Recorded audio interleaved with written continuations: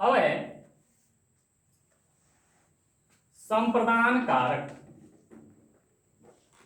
पहले वीडियो में कर्ता कर्म करण का वर्णन किया गया है और पार्ट 2 में संप्रदान कारक। संप्रदान कारक के लिए सूत्र है कर्मणा यम भी प्रेति स्वसंप्रदानम। और विभक्ति लगता है चतुर्थी विभक्ति संप्रदान कारक में। चिन्ह होता है के लिए, दूसरे के लिए। संप्रदान कहते हैं किसको है? संप्रदान का अर्थ होता है संपूर्ण दान, अर्थात किसी को कोई वस्तु दे दिया जाए उसे कहते हैं संप्रदान, दान देना। अब ये नहीं कि आज दान दिए कल फिर मांगने लगे तो वह संप्रदान नहीं होगा। तो संपूर्ण दान होता है। इसके लिए संप्रदान का परिभाषा है कि कर्ता के द्वारा किसी को कुछ दिया जाता है तो वहां पे संप्रदान कारक होता है। वास्तविक या काल्पनिक रूप में भी दिया जाता है तो वहां संप्रदान, वास्तविक मने वास्तव में, काल्पनिक मने कल्पना कर लें कि हमने दे दिया तो संप्रदान माना जाता है वहां पर। जैसे राजा हरिश्चंद्र ने क्या किया था, स्वप्न में ही दान दे दिए, उन्होंने मान लिया कि दान हो गया, संप्रदान हो गया, तो उसे संप्रदान कहते हैं। जैसे राजा विप्राय धेनु ददाति, राजा विप्राय धेनु ददाति, राजा ने विप्र को, ब्राह्मण को क्या दिया? तो धेनु, धेनु गाय। चतुर्थी कहाँ है? तो विप्राय, राजा विप्राय धेनु ददाति, राजा ने ब्राह्मण को क्या दिया? गाय, धेनु। तो विप्राय में चतुर्थी विभक्ति लगा हुआ है। रमेश मित्राय लेखनी ददाति, रमेश मित्राय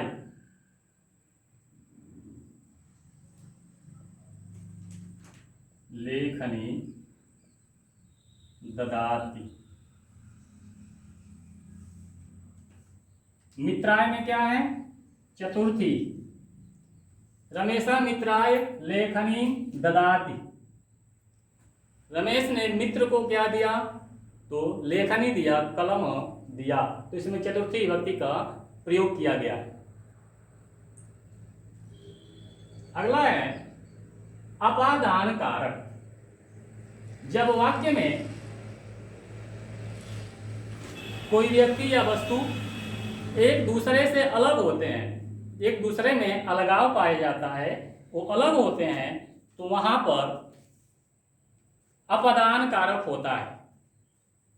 जैसे वृक्षात पत्राणि पतन्ति, वृक्षात पत्राणि पतन्ति, वृक्षात पत्राणि पतन्ति, इसमें कौन सी विभक्ति लगती है अपादान में? तो पंचमी विभक्ति लगती है। और सूत्र क्या होता है? तो ध्रुवम पायो अपादानम, अर्थात एक दूसरे से क्या होते हैं? तो अलग होते हैं। उदाहरण दिया गया है। चिन्ह क्या लगता है? तो बताया गया है कि से लगता है।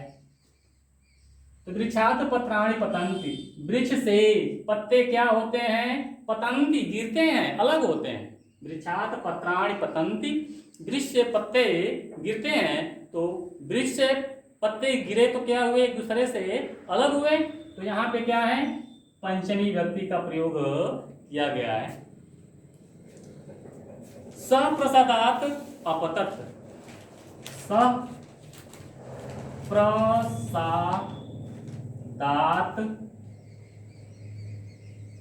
अपतत, स व प्रसादात, महल से, अपतत गिरता है, गिरा, वह महल से गिरा, अपतत भूतकाल का प्रयोग किया गया है।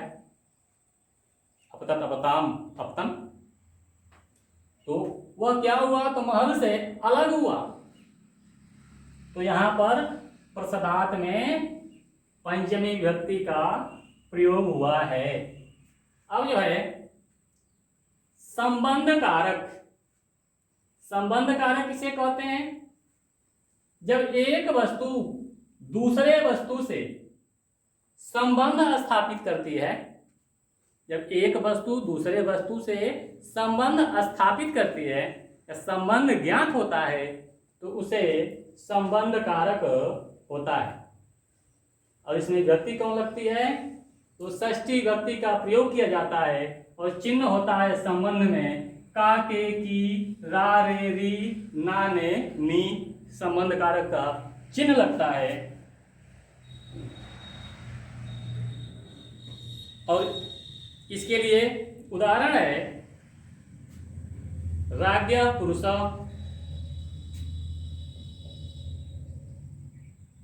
राज्ञ पुरुष,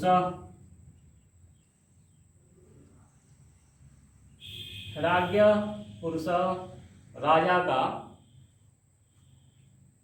पुरुष राजा का आदमी, भाई बहन, भाई बहन, गुरु शिष्य, पिता पुत्र, क्या है? तो एक दूसरे से संबंध स्थापित करते हैं। भाई बहन आपसी संबंध है, भाई और बहन का। पिता और पुत्र दोनों के संबंध हैं, पिता और पुत्र के। राज्ञ पुरुष राजा का आदमी है, अर्थात उसका राजा से संबंध है। अब है अधिकरण कारक। अधिकरण कारक किसे कहते हैं? तो अधिकरण कारक जिस स्थान या वस्तु पर कर्ता के द्वारा कोई कार्य किया जाता है वहां पर अधिकरण कारक होता है। और अधिकरण कारक के लिए सूत्र बताया गया है आधारो अधिकरणम। आधारो अधिकरणम। विभक्ति कौन लगती है? तो सप्तमी विभक्ति, चिन्ह होता है में या पर। तो जहां पर कर्ता के द्वारा कार्य किए जाते हैं या कार्य का होना पाया जाता है वहां पे अधिकरण कारक होता है। बालकः विद्यालये पठति, बालकः विद्यालये पठति। बालक कहाँ पढ़ता है? तो विद्यालय में। विद्यालय, बालक के पढ़ने का स्थान कहाँ है? तो विद्यालय में पढ़ने जाता है। तो अध्ययन का कार्य कहाँ हो रहा है? तो विद्यालय में। तो यहाँ पे विद्यालय में सप्तमी विभक्ति हुई। और सह स्थल्याम तांडुलान पचति। सह स्थल्याम, सह स्थल्याम तांडुलान पचति।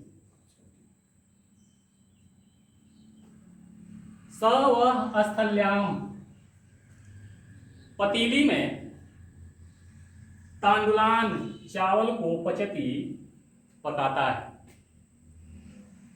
तो स्थल्याम में सप्तमी का प्रयोग हुआ है।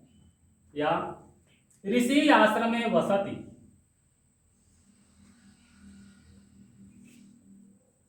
ऋषि आश्रम में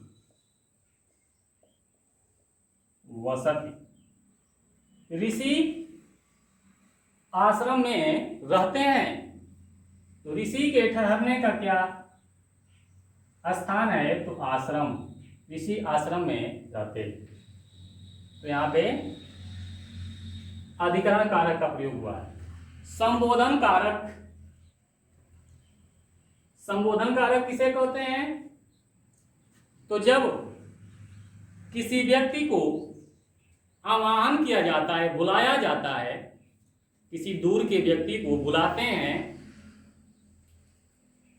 तो वहां पे संबोधन कारक का प्रयोग किया जाता है। हे, जैसे हे कृष्ण अत्र आगच्छ, हे कृष्ण अत्र